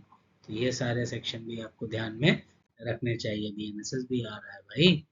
सेक्शन 24 पुलिस ऑफिसर्स में ले इंफॉर्मेशन एक्सेट्रा। पुलिस ऑफिसर जो है वो क्या करेगा, किसी भी अपराध की सूचना मजिस्ट्रेट के समक्ष सबसे पहले लेके पहुंच जाएगा और बताएगा भाई ये चीज़ें हुई हैं। अब वो मजिस्ट्रेट से कह सकता है कि भाई हमको समन चाहिए, वारंट चाहिए, या सर्च वारंट इशू कर दो, ये ऑफेंस हुआ है, हमको आगे काम करना है। ये एक तरीके से पुलिस वालों के ऊपर क्या, पुलिस ऑफिसर्स के ऊपर लाइबिलिटी भी बनाता है भाई। मॉनिटरिंग का काम भी तो हो रहा है ना, मजिस्ट्रेट को भी सब पता है। एनी पुलिस ऑफिसर में ले इन्फॉर्मेशन बिफोर अ मजिस्ट्रेट। अब उनको कहीं जाने के लिए समन चाहिए, वारंट चाहिए, सर्च वारंट, तो मॉनिटरिंग भी एक तरीके से हो जाती है, अकाउंटेबिलिटी भी बनती है। सेक्शन 24 में क्या हमने अभी भी डिस्कस किया, पुलिस ऑफिसर में ले इंफॉर्मेशन। 23 में ड्यूटीज की बात करी। 22 में हम लोगों ने क्या बात किया, 22 में हम लोगों ने बात किया police officer always on duty. Always on duty के लिए 22। 21 में village police officer, village officer 21 में। 19 में रिफ्यूज कर देता है अगर स्पेशल पुलिस वाला काम करने से, 19 में। 18 में क्या है हमारा, 18 में पावर एंड फंक्शन बताया गया है। 17 में क्या बताया गया है, 17 में किसी को भी इनहेबिटेंट को बनाया जा सकता है अगर मजिस्ट्रेट को कोई भी इंस्पेक्टर की रैंक के ऊपर का आदमी जाके बोलता है कि यहाँ पे दंगा उंगा होने वाला है। 16 में क्या है, जो भी 13, 14, 15, 15A में पैसा आ रहा है वो डीएम कलेक्ट करेगा। इस हिसाब से ध्यान में रखिए चीजें रिकॉल करते हुए चलिए। Section 25 police officer to take a charge of unclaim property. Unclaim property का चार्ज कौन लेगा, पुलिस ऑफिसर लेगा। Every police officer has a duty to take charge of all unclaim property. अब आप कचहरी जा रहे थे, रास्ते में चाय की दुकान पे आपने बाइक लगा दी, कचहरी से आप किसी के साथ निकल गए, अब एक दिन हो गया आप गाड़ी भूल गए अपनी। अब पुलिस वाला देख रहा है कि 18 घंटे हो गए, 24 घंटे हो गए, ये बाइक यहाँ खड़ी है, कार यहाँ खड़ी है, तो पुलिस वाला ये अनक्लेम प्रॉपर्टी उठा के रख के अपने पास ले जाएगा, उसका चार्ज खुद ले लेगा। They must furnish N inventory, detail list बनाएगा उस प्रॉपर्टी की और डीएम के पास ले जाके जमा कर देगा। The police officer will be guided to the magistrate order regarding the disposal of such property. अब उसके आगे मजिस्ट्रेट जैसा बताएगा वो करेगा। अब भाई कोई भी अनक्लेम प्रॉपर्टी है तो रिस्पॉन्सिबिलिटी तो है ना पुलिस वालों की कि ऐसे ही समाज में कुछ भी ना पता चले, गाड़ी ऐसी है कोई बम लगा के चला गया, खड़ी हुई है कब से, अब किसी को पता ही नहीं है, किसी की जवाबदेही नहीं है। तो पुलिस वालों को यहाँ पे जवाबदेही दी गई है कि ये उनका काम है। भाई अगर यहाँ पे ऐसा कुछ हो रहा है तो आपको पता कैसे नहीं है, लाइबिलिटीज है उनकी। ऐसे ही थोड़ी कहा जा रहा है 24 घंटे काम करना, 24 घंटे काम भी दिया जाता है। अब सेक्शन 26 क्या बात करता है, मजिस्ट्रेट के पास जब वो प्रॉपर्टी आएगी, मजिस्ट्रेट मतलब डिस्ट्रिक्ट मजिस्ट्रेट में detain property and issue proclamation. तो जो भी अनक्लेम प्रॉपर्टी आएगी उसको वो डिटेन कर लेगा और उसके बाद प्रोक्लेमेशन जारी करेगा कि भाई ये प्रॉपर्टी है हमारे पास है, इसको आके उठा के लेके जाओ। अब the magistrate will issue a proclamation specifying the property and requiring any claimant to appear and establish the right within 6 months। 6 महीने का समय दिया है, डिटेन कर लिया, एनजीएम प्रॉपर्टी है, प्रोक्लेमेशन जारी है, आओ चुपचाप अपनी प्रॉपर्टी ले जाओ। फिर सेक्शन 451 से 459 ऑफ सीआरपीसी के अकॉर्डिंग जो डील करता है डिस्पोजल ऑफ प्रॉपर्टी वो यहाँ पे एप्लीकेबल हो जाएंगे। बताइए बीएनएसएस में कौन से सेक्शन है? सेक्शन 27 बताता है confiscation of property if no claimant. अगर कोई भी आदमी आया ही नहीं तब क्या किया जाएगा? 6 महीने का पीरियड पूरा हो गया, the magistrate may order the property to be sold if not already sold. Perishable goods की होगी तब तो 6 महीने तक वहां भी वेट नहीं किया जाएगा, पता चला खराब हो जाएगी तो फिर वो प्रॉपर्टी उठा के बेच दिया जाएगा। लेकिन ऐसा अगर नहीं हुआ है और अभी तक बेची नहीं गई है तो फिर मजिस्ट्रेट कहेगा कि अब भैया उठा के बेच दो। तो और the cell proceed will be at the disposal of the state government. State government जैसा बताएगी सेल प्रोसीड्स को वैसे के वैसा रख दिया जाएगा। सेक्शन छोड़ो मैं ही बता देता हूँ, 497 टू 505 बीएनएसएस ये अब डील करेंगे 451 से 450 की जगह। Section 28 person refusing to deliver up certificate etcetera. याद करिए जो मैंने बताया था कि सेक्शन 8 के अंदर सर्टिफिकेट दिया जाएगा। अगर वो कोई पर्सन रिफ्यूज करता है, अब वो पुलिस वाला नहीं रहा, तब क्या किया जाएगा? If a person ceases to be enrolled police officer refuses immediately, तब फिर क्या किया जाएगा? आइटम सप्लाइड ड्यूरिंग सर्विसेज उस पे फाइन नॉट एक्सीडिंग 200 रुपये और इम्प्रिजनमेंट, या तो 200 रुपये और या फिर इम्प्रिजनमेंट विद और विदाउट हार्ड लेबर। मतलब सिंपल इम्प्रिजन भी हो सकता है, रिगरस भी हो सकता है। नॉट एक्सीडिंग 6 मंथ, 6 महीने या उससे ज़्यादा का पनिशमेंट नहीं होगा। आप 200 रुपये का फाइन भी लगा सकते हैं, 6 महीने की सजा भी दे सकते हैं अगर कोई कह रहा है कि वो अपना सर्टिफिकेट वापस नहीं करेगा। बहुत इंपॉर्टेंट सेक्शन है सेक्शन 28 29, बहुत इंपॉर्टेंट है। Penalties for neglect of duty, अगर कोई अपनी ड्यूटी नेग्लेक्ट करता है। Section 29 one of the most important, जैसे 13 14 15 29 स्टार्टिंग में 2A हो गया आपका, सेक्शन 4 हो गया, 8A हो गया, ये सब बहुत इंपॉर्टेंट सेक्शन है। सेक्शन 44 हो गया, बहुत इंपॉर्टेंट। मतलब इनका ये तो पढ़ना ही पढ़ना है। पहले तो 47 ही सेक्शन है, पूरा रट डालो, लेकिन ये सब तो आपको देखने ही देखना है। Every police officer guilty of violating or wilfully breaching duty, neglecting rules regulation lawful orders, withdrawing from the duties without permission, proper notice 2 month का देना होगा, और एंगेजिंग इन अदर एम्प्लॉयमेंट। मतलब 2 महीने नोटिस नहीं दिया, बिना परमिशन के काम करने लगा, कोई भी किसी भी तरीके का उसने कोई भी गड़बड़ काम कर दिया है तो जनरल पेनल्टी क्या है? मतलब सेक्शन 9 10 का उल्लंघन हो गया, बिना परमिशन रिजाइन कर दिया, तब उसे 3 महीने की जो उसकी पे है, 3 मंथ पे और इम्प्रिजनमेंट नॉट एक्सीडिंग 3 मंथ, या फिर दोनों पनिशमेंट दी जा सकती हैं। उसका 3 महीने का वेतन भी रोक लिया, 3 महीने के लिए जेल भी भेज दिया। मतलब उसने क्या क्या क्या करने पे ये पनिशमेंट दिया जाएगा? जनरल पेनल्टी बता रहा है, अगर कोई भी पुलिस अधिकारी अपनी ड्यूटी का क्या कर रहा है? उल्लंघन कर रहा है, वायलेशन कर रहा है, रूल्स और रेगुलेशन को नेगलेक्ट कर रहा है, या फिर सेक्शन 9 और 10 के जो काम उसको दिए गए थे, जो उसने बताया था ना 2 महीने का नोटिस दिया बिना छुट्टी पे नहीं जाएगा, ये सब उसने फॉलो नहीं किया, छुट्टी मार दी। तो अब उससे ये किया जा सकता है, 3 मंथ का जो उसका पे है वो होल्ड कर दिया जाएगा, फाइन लगा दिया जाएगा उसके ऊपर, और इम्प्रिजनमेंट दे दिया जाएगा 3 महीने तक का। इसके अलावा जो हमारा सेक्शन 30 है वो बात क्या करता है, regulation of police assemblies and procession and licensing. अब आप लोगों को कहीं प्रोसेशन निकालना है, कहीं लाइसेंस लेना है, कोई मार्च निकालनी है, अब आप अपने क्षेत्र के बड़े वकील हैं, आपको दिखाना है कि भाई जलसा उलसा निकल रहा है, नेताजी आ रहे हैं, उनको पुश करना है, मार्च रैली निकालनी है, तो ये सब करने के लिए भी आपको क्या करना पड़ेगा, आप वकील हैं, सब काम तो करेंगे ही करेंगे।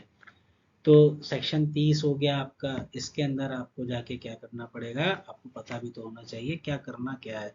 डीएसपी नहीं होता भाई, इसको एसपी करो। तो एसपी को या असिस्टेंट एसपी को आप जाएंगे और क्या कहेंगे भाई, वो डायरेक्ट कर सकते हैं आपके लिए लाइसेंस। तो सेक्शन 30 में बताया गया है कि आपका SP, additional SP, joint SP या फिर असिस्टेंट एसपी क्या करेगा, रेगुलेट कर सकता है। कोई भी पब्लिक असेंबली हो, प्रोसेशन हो, जुलूस उलूस को लेके कानून लाइसेंस कौन दे सकता है, आपका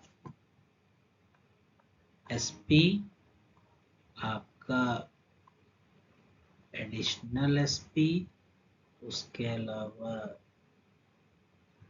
जॉइंट एसपी, और आपका असिस्टेंट एसपी। इतने लोग आपको क्या दे सकते हैं, परमिशन दे सकते हैं। क्या प्रिस्क्राइब किया जाएगा, रूट क्या होगा, टाइम क्या होगा, कब वो जुलूस निकल सकता है, अगर वो सेटिस्फाइड होते हैं that and uncontrolled assembly procession is likely to cause breach of peace, they can require the convener to apply for a licence. अगर उनको लगता है भाई ये लोग जो लेके जा रहे हैं ये ब्रीच ऑफ पीस करेंगे, तो लाइसेंस अप्लाई करने के लिए, परमिशन के लिए बोला जा सकता है। लाइसेंसिंग के लिए कौन सा सबसेक्शन है, ये सबसेक्शन 2 है आपका सेक्शन 30 का। लाइसेंस यहाँ पे लेना पड़ेगा। अगर इन अधिकारियों को लगता है भाई असेंबली या जुलूस में शांति भंग हो सकती है, तो फिर डीएम या एसडीएम के डिसीजन के अकॉर्डिंग जाके लाइसेंस लेना होगा। इस लाइसेंस के लिए कोई भी फीस वीस नहीं होगी, साफ सीधी सी बात है, फ्री में होगा। कंडीशंस जरूर मेंशन होंगी, अगर आपने वो कंडीशंस मेंशन करी तो आपका जो जुलूस है वो अनलॉफुल असेंबली घोषित कर दिया जाएगा। They can also regulate the extent to which the music may be used in streets during festivals and ceremonies. Ceremonies के टाइम पे म्यूजिक की वॉल्यूम कितनी होगी, म्यूजिक कितना होगा, ये सब भी कर सकते हैं। और ये सब करने का पावर किसके पास है, एसपी के पास है।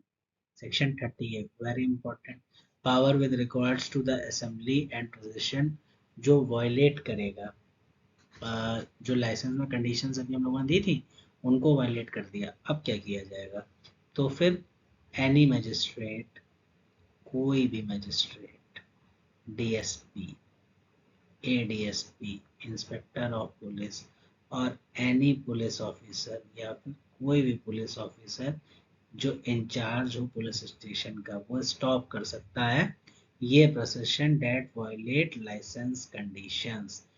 दे can order such an assembly और प्रोसेशन टू डिस्पर्स, वो कह देगा दफा हो जाओ। If an assembly or its members neglect or refuse to obey such orders, it will be declared an unlawful assembly. अगर वो ऑर्डर लेने के बाद भी भागे नहीं तो बोल दिया जाएगा कि अब आप दफा हो सकते हैं, आपको फालतू में अनलॉफुल असेंबली घोषित किया जाएगा, और कोई भी अलग इशू नहीं बनेगा। अनलॉफुल असेंबली हम लोगों ने देखा सेक्शन 141, नहीं अब हम लोगों को 189 पढ़ना है। सेक्शन यहाँ तो 141 मेंशन किया गया है, पीसी दिमाग में आपको वो रखना है कि हाँ, क्योंकि यहाँ पे अपडेट नहीं किया गया है। Section 31 police to keep order on public roads, police का काम होगा भाई रोड्स पे ऑर्डर मेंटेन रहे। It is a duty of police officer to keep order on public road, street guards, land place and other public, जो public का आने जाने का रास्ता है वहाँ पे ऑर्डर मेंटेन रहे, डिसेंसी रहे, सारी चीज़ें रहें, ये सारा काम जिसका है, पुलिस वालों का। ये they must prevent obstruction during assemblies and procession on public roads to ensure smooth functioning. अब पता चले किसी का घर बन रहा है, वो रोड ही खोद दिया जाकर, तो ये सारी जिम्मेदारी किसकी आ जाएगी? सब पुलिस वालों को देख के रखना होता है भाई, बहुत ज़्यादा दिक्कतें ना हों। 32 में क्या बात करी गई है? 32 में बात करी गई है जो भी आपका penalty for disobeying orders under section 30, 30A और 31, 30A और 31 में जो भी काम किए गए हैं, अगर उसको डिसोबे कर दिया तो फिर मतलब प्रोसेशन निकाला आपने, आपको बोला गया था शराफत से निकालो, नहीं माने, वायलेट हो गया 30A में, और फिर 31 में आपसे बोला गया सड़क वाला कांड, रोड वोड मेंटेन ऑर्डर, तो आपने अगर वॉयलेट किया लाइसेंसिंग कंडीशन जो आपको मिली थी, तो आप पे क्या किया जाएगा? फाइन लगाया जाएगा। पीछे के सेक्शंस में तो बताया जा रहा था आपको ये करना है, अब यहाँ बताया गया अगर नहीं किया तो आपको 200 रुपये का फाइन दे दिया जाएगा। Saving of control of magistrate of the district, अब इन सारी चीज़ों में आप देख रहे होंगे पुलिस वाले ही सारी चीज़ें निपटा रहे हैं ना, तो बोला गया है कि भाई ये 30 से 31-32 में जनरल कंट्रोल जो है डीएम का, उस पर कोई फर्क नहीं है, वो अगर चाहे तो वो भी अपनी तरफ से सोमोटो कॉग्निजेंस लेके काम कर सकता है। जो उसके यहाँ पनिशमेंट दिया जा रहा है वो डीएम के जनरल पावर्स के ऊपर फर्क नहीं डालेगा, उसकी पावर अपनी अलग सेफ है। सेक्शन 34 आपका बात कर रहा है power of police officer to arrest without warrant for certain offences committed in his view. तो अरेस्ट विदाउट वारंट के लिए भी हम लोगों ने देखा था बीएनएस का सेक्शन 35 भी बात करता है। अब police officer can arrest without warrant, बहुत बढ़िया बात है, पुलिस ऑफिसर जो है वो अरेस्ट कर सकते हैं क्या? बिना वारंट भी, बहुत बढ़िया बात है भाई, ताली वाली बजा दीजिए। पुलिस वालों के पास बहुत पावर है, और अभी हम लोगों ने पढ़ा था पुलिस वालों के पास एकदम लिमिटेड पावर होती है। तो any person who in their view commit certain offences on any road, open place, street, thoroughfare within town limit where this section applies extended by the state government. तो कहाँ कहाँ apply होगा, कहाँ कहाँ apply नहीं होगा, ये state government भी बता सकती है। तो पनिशमेंट क्या होगा? हाँ, पब्लिक न्यूसेंस वाला सिनेरियो अगर आपको याद हो, सीआरपीसी का सेक्शन 133, बताओ क्या है? बीएनएसएस का सब मैं ही थोड़ी बताऊंगा, कुछ आप लोग भी बताइए। तो पब्लिक न्यूसेंस की तरह है, अगर उनको लगता है कि ऐसे ऐसे चीज़ है, और जैसे उसका पब्लिक न्यूसेंस क्या होता था, पूरे हर जगह लागू होता था, लेकिन ये देखा जाए तो ये टाउन एरिया, अर्बन एरियाज पे अप्लाई हो रहा है। अब इसमें ऑफेंस क्या क्या है? ऑब्स्ट्रक्शन हो रहा है, इनकन्वीनियंस हो रहा है, अनॉयंस हो रहा है रेसिडेंट को, पैसेंजर को, reckless negligently slaughtering kettles, furious riding, cruelty हो रही है एनिमल्स के साथ। ये पूरी लिस्ट है, एग्जॉस्टिव लिस्ट नहीं है, इसमें और भी चेंजेस किए जा सकते हैं। तो आप एक बार इस पर एक नज़र मारिए। इनडिसेंट एक्सपोजर हो रहा है, bathing, washing in appropriate places, neglecting to protect dangerous places, living a dangerous area unfenced. तो अगर ये सब हुआ है तो ये सारे ऑफेंस इसके अंदर इंक्लूड होंगे। पनिशमेंट क्या किया जाएगा? अगर आपने, ये याद रखिएगा, ये 8 काम हैं, अगर इन 8 कामों में आपने सड़क पर किए गए अपराधों को दर्शाते हैं, तो भाई बहुत बड़ा पैसा वैसा जाएगा, आपका आर्थिक लॉस हो सकता है इस जन्म में आप ये खर्चा झेल भी ना पाए। तो कन्विक्शन जो होगा बिफोर मजिस्ट्रेट होगा, offender is liable to fine not exceeding 50 और इम्प्रिजनमेंट विद और without labour not exceeding 8 days. 8 days पूछ लेता है क्योंकि नॉर्मली अगर आपने नहीं पढ़ा है तो 8 डे लगता नहीं है कि ये कोई पनिशमेंट में कंसीडर किया जाता है। तो पेनल्टी आपको ध्यान रखने की बहुत ज़्यादा ज़रूरत है। 34 में, 34 भी इम्पोर्टेंट है, मेंस के परस्पेक्टिव से भी इम्पोर्टेंट है। बिना वारंट अरेस्ट करेगा, यहाँ पे ये बात ध्यान रखिएगा। जुरिडिक्शन कितना है? अच्छा, एक सेक्शन और है जो हम लोगों ने यहाँ पे शायद मिस हो गया है, वो है हमारा सेक्शन 34A। 34A क्या बात करता है? कंपाउंडिंग, कंपाउंडिंग की बात करता है। कौन से सेक्शंस की कंपाउंडिंग? Section 32 and 34। 32 और 34 में जो जो ऑफेंस हो रहे हैं इनका कंपाउंडिंग कौन करवाता है? सेक्शन 34A करवाता है। तो ये समझौता कौन करवाएगा भाई? ये कंपाउंडिंग का काम आता है एसपी साहब के पास। उसके अलावा ये प्रोसिक्यूशन प्रारंभ होने से पहले या इन बिटवीन कभी भी किया जा सकता है, कोई वो नहीं है। और करवाएगा कौन, आपको ये याद रखना है। 34A में कंपाउंडिंग दी हुई है, एसपी करवाता है। 35 में jurisdiction, any charge against a police officer above the rank of constable under this act will be inquired into and determined only by an officer exercising the powers of a magistrate। तो कोई भी जो jurisdiction होगा वो कैसे क्या run करेगा, ये यहाँ बताया गया है। तो any charge against a police officer above the rank of constable under this act will be inquired into and determined only by an officer exercising. जिस भी ऑफिसर के पास मजिस्ट्रेट की पावर है और पुलिस ऑफिसर क्या है, कांस्टेबल से ऊपर है, तो उसका केस मजिस्ट्रेट ही सुनेगा। 36 क्या बताता है? 36 बताता है power to prosecute under other law not affected. So nothing in this act prevents the prosecution of any person under any other regulation or the act for an offence punishable by this act or being liable to higher penalties or punishment। कहीं और punishment मिल रहा है तो ये act नहीं रोकेगा, आप वहाँ भी अपनी कार्यवाही चला सकते हैं। A person cannot be punished twice for the same offence। बस ये है कि एक ऑफेंस के लिए दो बार पनिश नहीं किया जाएगा। The police act does not interfere with other criminal laws. तो अदर क्रिमिनल लॉज के साथ पुलिस एक्ट इंटरफेयर नहीं करता। 37 बात करता है recovery of penalties and fines. तो सेक्शन 64 से 70 ऑफ आईपीसी, 64 से लेकर 70 तक जो हम लोग आईपीसी में देखते हैं,